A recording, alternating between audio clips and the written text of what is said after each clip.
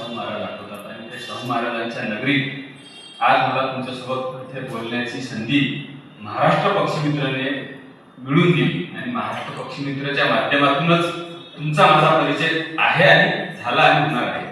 तर त्या महाराष्ट्र पक्षमित्राचे जे आतापर्यंत मार्गदर्शक आणि संस्थापक होते त्या सर्वांचं मी स्मरण करतो. विशेषतः डॉक्टर सलीम अली असतील यांनी पक्षमित्र चळवळीच्या सुरुवातीच्या काळात मार्गदर्शन केलं. चितंपल्ली असतील यांनी आपल्या लेखनाच्या माध्यमातून पक्षी आणि जंगलाचं वैभव लोकांपर्यंत पोहोचवलं. प्रकाश गोळे असतील ज्यांनी हे चळवळ उभी करण्यासाठी महाराष्ट्रातल्या तेव्हाच्या 20-25 लोकांना 10 जानेवारी 1981 साली लोणावळ्याला एकत्र आणलं. रमेश लाडफेकर सर असतील, स्वर्गीय रमेश लाडफेकर, ज्यांनी नंतर हे संमेलन होत राहावीत वगैरे त्याच्यासाठी प्रयत्न केले. आणि ह्या सगळ्या ज्येष्ठ मंडळीत मी आत्ता अध्यक्ष जरी असलो तरी खूप लहान आणि अनुभवानं किंवा वयानं लहान आहे तरी माझ्या पाठीवर ज्यांनी दुरा दिली त्या सगळ्या मंडळीचा आभार व्यक्त करतो. आणि आपण संवाद बैठक जी आहे याची त्याला सुरुवात करतो. जसं सांगितलं की आज 1700 सभासद आपले आजीवन सभासद आहेत आणि मी 2000 साली पहिल्यांदा महाराष्ट्र पक्षमित्र सोबत जुळलो. खऱ्या अर्थानं विदर्भ पक्षमित्र संमेलन व्हायची आता पण होतात. म्हणजे महाराष्ट्र पक्षमित्राच्या तेव्हाच्या लोकांनी असं ठरवलं होतं की महाराष्ट्र स्तरावर जर संमेलन असेल तर सगळ्यांनाच तिथं जाणं शक्य होत नाही. महाराष्ट्र आपलं राज्य मोठं आहे त्यामुळे विभागीय स्तरावर पण संमेलनं व्हावीत. त्यामध्ये विदर्भ असेल, पश्चिम महाराष्ट्र असेल, मराठवाडा असेल, उत्तर महाराष्ट्र असेल, कोकण असेल अशा 5 विभागामध्ये संमेलनं व्हावीत असं झालं. आणि मग पुढे ती परंपरा विभागीय संमेलनाची विदर्भात सुरू राहिली. विदर्भात आतापर्यंत जवळपास 20 संमेलनं झाली आणि त्यातल्या 2000 सालच्या संमेलनात मी पहिल्यांदा गेलो. पक्षमित्रांची संमेलन होतात असं काही होते हे अख्ख्या देशात कुठल्याही राज्यातली आणि म्हणूनच महाराष्ट्राची ओळख आहे असं मला वाटते. आणि ती ओळख टिकून ठेवली ती गावागावात पक्षीमित्र, पक्षी निरीक्षणा छंद म्हणून करणारी मंडळी, अलीकडे पक्षी छायाचित्रणासाठी या फील्डमध्ये आलेली मंडळी, या सगळ्या मंडळींनी ती ओळख टिकून ठेवण्यासाठी या चळवळीला मदत केली असं मला वाटतं. म्हणूनच हे अजून टिकून आहे. महाराष्ट्राच्या बाहेर असं चळवळ व्हावी किंवा संमेलन व्हावी याच्यासाठी पण प्रयत्न झाला. मध्यंतरी महाराष्ट्र पक्षमित्रनंच केला. आता बॉम्बे नॅचरल हिस्ट्री सोसायटीची संस्था आहे, त्याला 145 वर्ष झाली. त्या संस्थेचा मी गव्हर्निंग काउन्सिल मेंबर आहे. तर मी तिथे महाराष्ट्र पक्षमित्रचा अध्यक्ष नाटकानं जेव्हा गेलो होतो मग आमच्या गव्हर्निंग काउन्सिल मीटिंगमध्ये पण ही चर्चा झाली की महाराष्ट्रात हे अखंडितपणे चालू आहे. तुमच्याकडे पैसा नाही, तुमच्याकडे फंड नाही, तुम्हाला गव्हर्नमेंट कधी रुपया देत नाही, तुम्ही मागत नाही, म्हणजे मागितलं तर मिळेल पण तरीही चालू आहे. आणि एखादी संस्था बिना पैशाचं असं कसं चालवते ही इतर राज्यात आपल्याला मॉडेल उभं करता येईल का असं बीएनएचएस मध्ये चर्चा झाली. आणि बीएनएचएस ने त्याच्यावर पुढे जायचं ठरवलं आणि सुरुवातीला 2-3 राज्यात आमच्या गव्हर्निंग काउन्सिलचे जे मेंबर आहेत ऍक्टिव्ह त्यांना हाताशी धरून आपल्याला तिथे काही करता येईल का इथपर्यंत आता आम्ही पोहोचलो आहे. तर ह्या चळवळीच्या इतर राज्यांना पण आकर्षण आहे असं मला वाटते. तर ही चळवळ महाराष्ट्रात अधिक मजबूत व्हावी या दृष्टीनं आम्ही 2-3 वर्षापासून कार्यकारिणीतल्या काही मंडळींनी विचार केला की आपण स्वतःहून त्या जिल्ह्यात जायला पाहिजे. आणि त्या जिल्ह्यात आज काही जे काही आपले 50-100 मेंबर आहेत प्रत्येक जिल्ह्यात किमान आहे, काही ठिकाणी 10 पण आहेत, काही ठिकाणी 200 पण आहेत, ॲव्हरेजमध्ये 50-100 मेंबर आहेत. तर त्यांना आपण भेटलं पाहिजे. संमेलनाला सगळेच लोक येतात असं नाही. मग भेटण्यासाठी आपापल्या जवळच्या जिल्ह्यात कार्यकारिणीतल्या लोकांनी जावं आणि जिल्हास्तरीय मीटिंग घ्यावी किंवा संवाद सभा घ्यावी असं ठरलं. पण ते त्याला फारसं काही कोणाला वेळ देता आला नाही. आणि मग मी मागच्या वर्षापासून ठरवलं की कोणाला काय शक्य होईल ते नाही होईल, मला जसा वेळ मिळेल तसं मी जायला सुरुवात केली. आणि त्याचाच एक भाग म्हणून गेल्या 3-4 जिल्ह्यात मी गेलो. त्याचाच एक भाग म्हणून मी आज कोल्हापूर जिल्ह्यामध्ये आलो. आणि कोल्हापूर जिल्ह्यामध्ये येत असताना हे सगळं नियोजन करत असताना कोल्हापूर जिल्ह्यात आपले गेल्या काही वर्षात जिल्हा समन्वयक म्हणून काम करणारे मित्र युवराज पाटील त्यांच्याशी बोलतो की हे कसं आपल्याला घडून आणता येईल. त्यानंतर अनंत पाटील आहेत, आपले वेल्हार सर आहेत, अनिल मगर सर आहेत. ह्या सगळ्या लोकांनी हे सगळं आज घडून आणलं आणि आपण सगळ्यांना भेटण्याचा मला योग आला. त्याबद्दल मी सगळ्यांना परिश्रम घेतले, सर्वांचा मी आभार व्यक्त करतो. आज इथं बरीच ओळखीची मंडळी आहे. ओळखीची म्हटल्यापेक्षा फोनवर बोलण्यात ओळखी होती, आज प्रत्यक्षात भेटण्याचा योग आला. इथल्या काही मंडळींना मी आधीपासून ओळखतो, ते म्हणजे वैद्यंकर सर असतील, सुनील भाऊ असतील, पुरोहित सरांना मी कुठे पाहिलं आत्ता मला आठवत नाही, पण आल्याबरोबर मी रोहित सर आले म्हणून त्यांच्याजवळ गेलो. मला आज पण आठवत, पण बऱ्याच वेळचा मी डोक्यात देऊन झालो भेटलो कुठे, परंतु सरांना मी ओळखतो, फोटो बघितला असेल म्हणून तो डोक्यात कधी असेल, असंही असेल. पेठ वळगावची मंडळी आहेत, त्यांच्यासोबत पण आता बोलणं झालं, त्या पेठ वळगाव म्हणून आठवलं. त्यांना परवाच हिला फाउंडेशनचा पुरस्कार रम्य आणि तो मिळाला, त्याबद्दल महाराष्ट्र पक्ष मित्रतर्फे आणि आता आपण उपस्थित आहोत त्यांच्याकरिता आपण त्यांचं अभिनंदन करूया. तर महाराष्ट्र पक्ष मित्रची ही जी एकंदरीत चळवळ आहे त्याला आज 45 वर्ष झाली आणि ही 4.5 दशक हे काही लहान गोष्ट नाही. मध्यंतरीच्या काळात दोनदा असा हा जो ग्राफ आहे हा असा एकदम खाली आला आणि संपण्याच्या मार्गावर पण आला असं मी पण ऐकलं आहे जुन्या लोकांकडून. आता हे थांबवायचं, याला कोणती जबाबदारी घ्यायला तयार नाही, अंगावर काम घ्यायला तयार नाही. मग एकदा झालं 96-97ला 11 लोक होते एका संमेलनाला. हे काय आता कुणी येत नाही म्हटल्यावर बंद करून टाका. मग त्याच्यानंतर पुन्हा 10-20 वर्ष पुन्हा काही लोकांनी पुढाकार घेतला आणि 2009च्या दरम्यान पुन्हा असं झालं की हे बंद करायला. आणि मग त्यावेळी भाऊ काटकरेंनी याच्यामध्ये पुन्हा जिवंतपणा आणण्याचा प्रयत्न केला आणि त्यांनी 9 वर्ष सांभाळलं आणि 50 वरून सभासद संख्या साधारणतः 600-650 पर्यंत नेली. त्यावेळी मी त्यांच्यासोबत खऱ्या अर्थाने ऍक्टिव्ह झालो. म्हणजे आधी पण मी विदर्भात होतो, पण मग महाराष्ट्राच्या संमेलनाला उपस्थित राहणार लक्षात आलं माझ्या की महाराष्ट्र संमेलन आणि ही जी पक्षीमित्र चळवळ आहे ही आपल्याला काय देते. आपलं काम, माझं काम माझ्या जिल्ह्यात माहिती आहे, परंतु महाराष्ट्र याला अजून मजबूत करणं हा उद्देश घेऊन आजची ही संवाद सभा ठेवली आहे. मी जास्त वेळ बोलणार नाही, आपल्यापैकी लोकांचं पण मला ऐकून घ्यायचं आहे. नुकतंच आता सांगितलं की की अमरावती आता संमेलन झालं मोठ्या सगळ्यांनी सांगितलं. तर मी ज्या संघटनेचा सचिव आहे, वन्यजीव पर्यावरण संवर्धन संस्था, ती संस्था या वर्षीच्या 38व्या संमेलनाचा आयोजक. प्रत्येक गावातली कुठली तरी ऑर्गनायझेशन किंवा 2-3 ऑर्गनायझेशन मिळून आयोजक संमेलनाचं आयोजन होते. आमच्या संस्थेचं यावर्षी रौप्य महोत्सव असल्यामुळे मीच अध्यक्ष असल्यामुळे मी आमच्या कार्यकारिणीला मागून घेतलं. म्हणजे खऱ्या अर्थाने यावर्षी संमेलन नाशिकला होणार होतं, पण नाशिकच्या मंडळीला मी विनंती केली की माझ्या संघटनेचं रौप्य महोत्सव वर्ष आहे, त्यामुळे 38वं संमेलन आम्ही घेऊ आणि आम्ही त्याचं आयोजन केलं. मी माझ्या संस्थेचा एक उल्लेख करण्याचं कारण असं की प्रत्येकाची आपापल्या गावात, आपापल्या जिल्ह्यात, आपापल्या तालुक्यात एक ऑर्गनायझेशन ऑलरेडी आहे, ती असायला पाहिजे.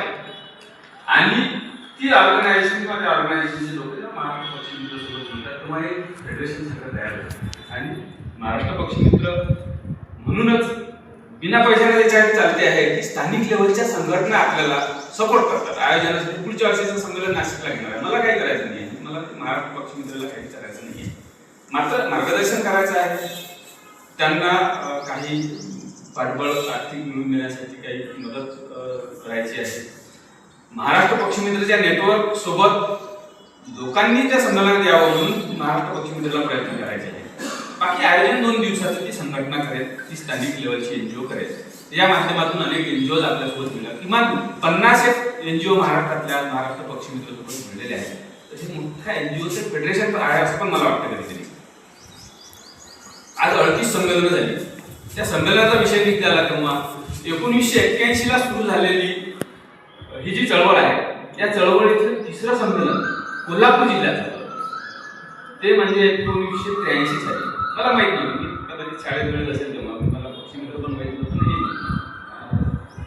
83 साली पन्हाळगडावर झालं. आता त्या स्मरणिकेत तो सगळा इतिहास मधून वाचत असतो. आणि त्यावेळी त्या संमेलनाचे संमेलनाध्यक्ष लेफ्टनंट जनरल पी थोरात होते. आणि तेव्हाचे ह्या जिल्ह्यातले पक्षी मित्र म्हणून किंवा महाराष्ट्र पक्षी मित्रचे कार्यकर्ते म्हणून सुभाष आखरले सर, त्यांचं माझं फार एकदा बोलणं झालं होतं. कोण्या निमित्ताने मला फोन केला, आता मला माहिती त्यांचं हे असतात त्यानंतर ॲडमिरल आवटी हे नाव मी ह्या इतिहासातच वाचलं आहे ते कोल्हापूरचे. त्यानंतर मिरजेचे डॉक्टर तुळजापूरकर, ह्या सगळ्या लोकांची नावं मी त्या संमेलनाच्या अहवालात किंवा तेव्हाच्या स्मृतिकेत वाचली. तर ती मला वाटते की या पक्षी मित्रांचे तेव्हाचे किंवा सुरुवातीच्या काळातली मंडळी. नंतर सुभाष पुरोहित सर असतील ही मंडळी सगळी आहेत. आणि मी त्या मनाला बऱ्यापैकी नवीन आहे. मी महाराष्ट्राचं राज्यस्तरीय संमेलन पहिल्यांदा 20व्या संमेलनाला हजेरी लावली. आज 38 संमेलन आहे, 18 संमेलनांनी शास्त्रज्ञ उपस्थित आहे. आणि या 18 संमेलनानं किंवा महाराष्ट्र पक्षी मित्रांनो मला काय दिलं तर महाराष्ट्रभरात मित्र दिले, ओळखी दिल्या.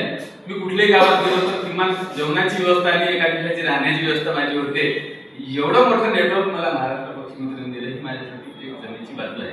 मी नोकरी करतो, 10 ते 6 माझे हे आहे आणि कामाच्या वेळा विद्यापीठात नोकरी करतो. आणि बरेचदा लोक म्हणतात की कसं सांभाळताय नोकरी सुट्ट्या आणि हे. तर मला एक आता अनुभव आला गेल्या 10 वर्षात. आपण इच्छा जर ठेवली की आपल्याला हे करायचं आहे आणि आपल्याला जायचं आहे तर होते. म्हणूनच इच्छा ठेवली तर होते. अशा पद्धतीने माझं पण काम चाललं आहे. मला आता मागच्या वर्षी मी म्हटलं होतं की आता मला मोकळं करा, माझे स्वतःचे कामं राहिले आहेत, अध्यक्ष म्हणून कुणीतरी जबाबदारी घ्यावी. आणि लोक म्हणाले की तुम्ही करताय आम्ही तुमच्यासोबत आहोत म्हणतात लोक. पण बरेचदा काही लोक सोबत असतात, काही लोक नसतात. हा गाळा चालू आहे असं आहे. 83 साली संमेलन झालं. सांगायचा हा उद्देश त्याला आता 40-42 वर्ष झाली. म्हणजे या चळवळीला 45 वर्ष झाली तर 42 वर्षापूर्वी कोल्हापुरात संमेलन झालं. आणि अनेक गावांमध्ये दुसरा राऊंड आला आहे. म्हणजे अमरावती महाराष्ट्र संमेलन 2013ला घेतलं तेव्हा मीच त्याचा आयोजक होतो आणि या चळवळीत बऱ्यापैकी नवीन होतो. आणि आता 25ला घेतलं. बऱ्याच गावात तिसऱ्यांदा आपण राऊंड होतो आहे. नाशिकला 3रं संमेलन होईल पुढच्या वर्षी. आणि कोल्हापूर सारख्या पर्यटनासाठी, निसर्गासाठी, वन्यजीवासाठी समृद्ध असलेल्या जिल्ह्यात, पक्षीमित्रांसाठी पण समृद्ध असलेल्या जिल्ह्यात हे झालं नाही. म्हणून माझा विचार होता की आपण ह्या जिल्ह्यामध्ये एका जिल्हास्तरीय संमेलनापासून सुरुवात झाली तर मला वाटतं ते 2-3 वर्षांनंतर आपण राज्यस्तरीय संमेलन या जिल्ह्यात घेऊ शकू असं एक विचार आला. आणि मग अमरावती या कोल्हापूर जिल्ह्यात सुद्धा राहायला पाहिजे या दृष्टीने मी लोकांशी बोलायला लागलो. आत्ताच मागच्या आठवड्यात मागच्या शनिवारी झालं ना संमेलन, विद्यार्थी पक्षीमित्र संमेलन नेसरी या गावात ते पहिलं विद्यार्थी पक्षीमित्र संमेलन झालं. आमच्याकडे विद्यार्थी पक्षीमित्र संमेलन एक साधारणतः 3-4 जिल्ह्यात नियमित होतात. त्यात अकोला जिल्हा हा अग्रेसर आहे. तिथला आपला कार्यकारिणीचा सदस्य अमोल सावंत दरवर्षी घेतो, फार ऍक्टिव्ह आहे. विद्यार्थी संमेलन वेगवेगळ्या वर्षी नवीन आयडिया घेऊन करतो. वर्ध्याला होतं, अमरावतीला होतं. त्यानंतर विभागीय आणि जिल्हास्तरीय संमेलनं पण होतात. विभागीय संमेलन जसं आता उत्तर महाराष्ट्राचं संमेलन 27-28 डिसेंबरला पाल या ठिकाणी म्हणजे यावल अभयारण्याच्या जवळ आहे. तर ते 5वं संमेलन आहे उत्तर महाराष्ट्राचं. अशी संमेलनं होत राहतात. मला असं वाटतं की कोल्हापूरनं आता विद्यार्थी पक्षीमित्र संमेलनाच्या निमित्तानं सुरुवात केलीच आहे. तर एखादं जिल्हास्तरीय संमेलन किंवा विभागीय संमेलन पहिल्यांदा व्हावं. म्हणजे पश्चिम महाराष्ट्राच्या विभागाचं विभागीय संमेलन एखादं इथे कोणी पुढाकार घेऊन जर केलं तर मग त्यातून आणखी संघटन मजबूत होईल, एकमेकांचा परिचय होईल, संवाद वाढेल आणि मग पुढे या राज्यस्तरीय संमेलनाच्या आयोजनापर्यंत आपल्याला पोहोचता येईल. एकंदरीत ही चळवळ राज्याच्या कानाकोपऱ्यात वाढावी यासाठी प्रयत्न मी जोपर्यंत अध्यक्ष आहे तोपर्यंत करण्याचा माझा मानस आहे. मला अजून 2-3 वर्षे आहेत. तर त्या दरम्यान मी 1700 वरून 17,000 तर नाही 2,000-2,500 पर्यंत सभासद संख्या नाही. त्यामुळे गावागावात पण आपल्याला सभासद वाढवायचे. खरं पाहता महाराष्ट्र पक्षीमित्र महाराष्ट्रातल्या गावात दिली पाहिजे असं जर म्हटलं तर आता महाराष्ट्रात 28,250 गावं आहेत.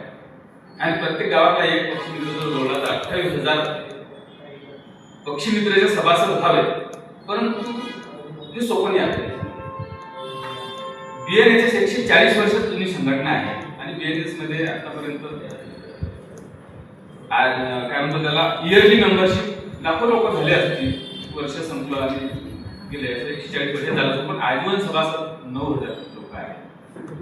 युरोपमध्ये बर्डलाईफ इंटरनॅशनल सारख्या ज्या संस्था आहेत ज्या पक्ष्यांवर काम करतात, त्या संस्थेची सभासदांची संख्या किती आहे? त्या देशाच्या पॉप्युलेशनच्या 40-45%.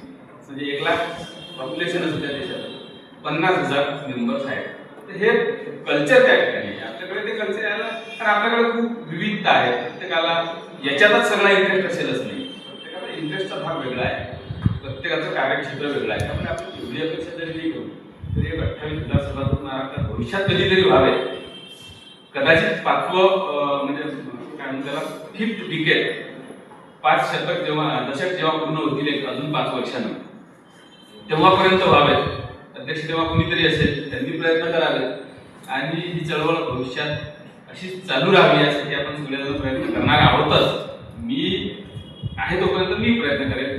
आपल्या सर्वांनी हे प्रयत्न करावेत आणि कोल्हापूर जिल्ह्यात भविष्यात ही चळवळ वाढीस लागावी, एकमेकांचा संवाद वाढावा आणि पक्षी संवर्धन हा जो आपला महत्त्वाचा उद्देश आहे त्या ध्येयापर्यंत आपण सर्वांनी वेगवेगळ्या मार्गांनी, वेगवेगळ्या माध्यमातून, वेगवेगळ्या संघटनेच्या बॅनरखाली एका ध्येयासाठी काम करत राहावं एवढं अपेक्षा करतो. आणि यानंतर अर्थात तुमच्यासोबत तुमच्या पण मला चर्चेच्या माध्यमातून ऐकायचे आहे, तर त्या आपण ऐकू. आजच्या ह्या सभेसाठी, संवाद सभेसाठी आपण सगळे ज्येष्ठ मंडळी आणि